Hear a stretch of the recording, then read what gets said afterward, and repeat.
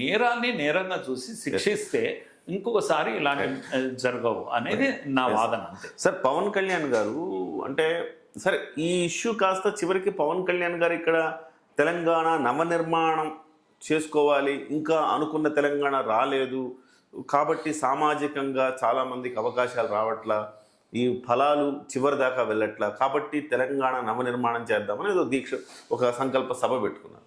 దాన్ని స్వయంగా ప్రభుత్వం అడ్డుకోవడాన్ని ఎట్లా చూడాలి సార్? అంటే పాసిం యాదగిరి గారు మీరు చెప్పారు ఒక మాట, ఒక సిపిఎంఓ సిపిఐఓ లేకపోతే ఎర్రకండువ కప్పుకున్నాడు మాట్లాడితే మనం అర్థం చేసుకుంటాం, కానీ ప్రొఫెసర్ నాగేశ్వరం మాట్లాడితే మనం అర్థం చేసుకోవడం కష్టం, విషయం నింపుతాడు ఆయన అని అంటున్నారు. సో అట్లానే ఒక పాసిం యాదగిరి మాట్లాడాడు, ఒక పృథ్వీ మాట్లాడాడు అంటే అర్థం చేసుకో, ఒక తులసి చందు మాట్లాడి వీళ్ళంటే అర్థం చేసుకోగలరు, వాళ్ళు అంతే కాబట్టి. కానీ డైరెక్ట్గా ఇందులో ప్రభుత్వం ఇన్వాల్వ్ అయిపోయి ప్రభుత్వం ఇవ్వకుండా దాన్ని అనవసరంగా గందరగోళం సృష్టించి సాఫీగా జరిగిపోయి ఎవరు పట్టించుకోరు అలాంటి దాన్ని మొత్తం 4 రోజులు నడిపారు సార్. దీన్ని ఎట్లా అర్థం చేసుకోవాలి సార్? ఏమంటే ఈ తెలంగాణ పరువు తీసింది ప్రభుత్వం. మీరు వాళ్ళని అడ్డుకోవడం వల్ల వచ్చి పవన్ కళ్యాణ్ ఇప్పుడు June 2 తెలంగాణ ఆవిర్భావ దినం కనుక వాళ్ళు వస్తే కష్టం. ఏం కష్టం అవుతుంది? ఏం చేస్తారు? ఆయన ఎత్తుకుపోతారా తెలంగాణను? తర్వాత ఆయన ఫాలోవర్స్ కూడా తెలంగాణ వాళ్ళే కదా మరి. అంతే. సంపతో ఎవరో నాయకు వీళ్ళందరూ ఉన్నారు కదా, వాళ్ళంతా మన పిల్లలే కదా. మరి ఆయన వస్తున్న వాళ్ళ నాయకుడు ఆయన.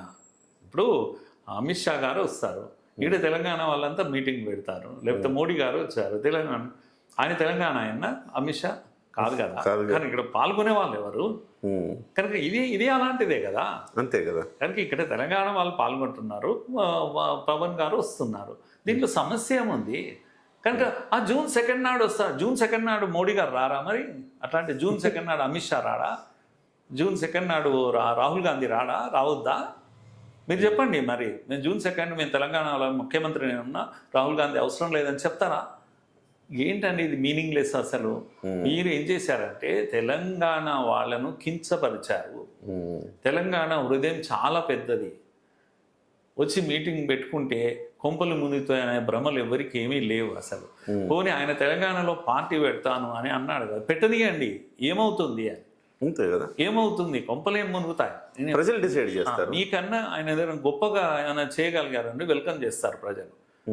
చేయలేకపోతే రిజెక్ట్ చేస్తారు, తీసి పారేస్తారు. దయచేసి గుర్తుపెట్టుకోవాలి, ఈ దేశంలో ప్రజలు చాలా తెలివైన వాళ్ళు. తమకు అనుకున్న వాళ్ళను ఎన్నుకుంటారు, అవసరం లేదనుకున్న వాళ్ళు రిజెక్ట్ చేస్తారు. ఇంత గొప్ప తెలంగాణ సాధించారనుకున్న కేసీఆర్ 10 ఏళ్ల తర్వాత ఏం చేశారని, నువ్వు ఫస్ట్ అయితే నువ్వు వెళ్ళిపో అని చెప్పేశారు, బండ కొట్టారు అసలు. కనుక ఆ తెలివితేటలు ఇక్కడ ప్రజలకు ఉన్నాయి, మీరు నమ్మాలి. కనుక మీరు కాదు ఈ వీళ్ళని కాపాడేది, ఈ ప్రజలను వాళ్ళు కాపాడుకుంటారు, తెలంగాణను కూడా వాళ్ళే కాపాడుకుంటారు. కనుక అనుమతి ఇవ్వకపోవడం వల్ల చాలా బలహీనంగా వ్యవహరించాడు రేవంత్ రెడ్డి. రేవంత్ రెడ్డి తెలంగాణను కూడా బలహీనపరిచారు. వాళ్ళ జాతీయ స్థాయిలో రాహుల్ని ప్రశ్నిస్తా ఉన్నారు. రాహుల్ ఆ ప్రశ్నలు ఎదుర్కోవాల్సి వస్తుంది. జాతీయ మీడియా మొత్తం వచ్చి పవన్ కళ్యాణ్ దగ్గర ఇంటర్వ్యూలు తీసుకుని రాహుల్ చెప్పాలి అంటున్నారు. రేవంత్ రెడ్డిని అడగట్లేదు ఆయన, రాహుల్ చెప్పాలి. రాహుల్ మీరు వెళ్ళరా తెలంగాణకి, మీరు చెప్పాలి, మీ జాతీయ పార్టీనా ప్రాంతీయ పార్టీనా అడుగుతున్నాడు, ఒకటే మాట అడుగుతున్నారు.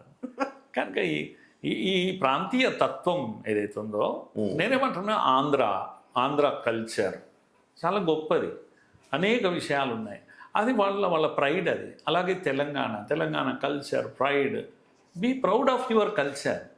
కానీ ఎందుకు వాడొద్దు వీడొద్దు అనేటువంటి ఈ వాదం ఎందుకు అని, ఇది ఒకటే.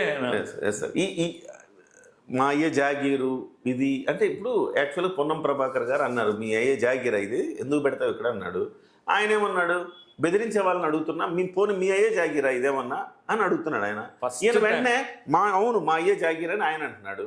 ఏంటి సార్ ఇది పొన్నం ప్రభాకర్ అయ్యే జాగీరా లేకపోతే కేటీఆర్ అయ్యే జాగీరా? ఇది తెలంగాణ 4 కోట్ల మందిది కదా. కిరణ్ గారు, మీరు ఒక్కరి నోటి నుంచే విన్నా నేను, బెదిరించే వాళ్ళని అడుగుతున్నా మీ అయ్యా జాగిరా అని కరెక్ట్గా చెప్పారు. ఎవరు చెప్పలేదు.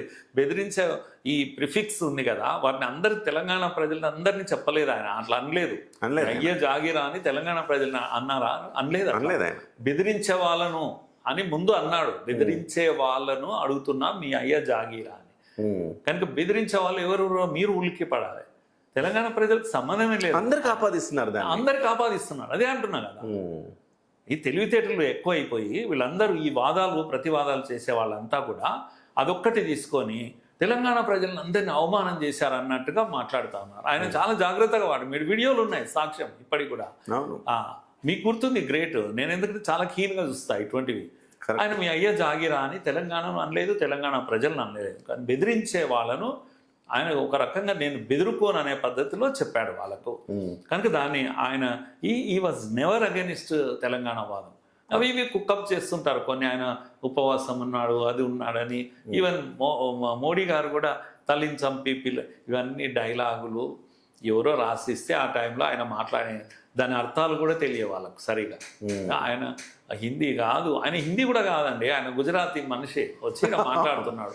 ఒకరోజు ఆ రాసిచ్చిన వాడు ఏం రాసిచ్చాడు, ఎందుకు రాశాడో తెలియదు, తల్లిని చంపి పిల్లను. అది ఈ రోజు కూడా అది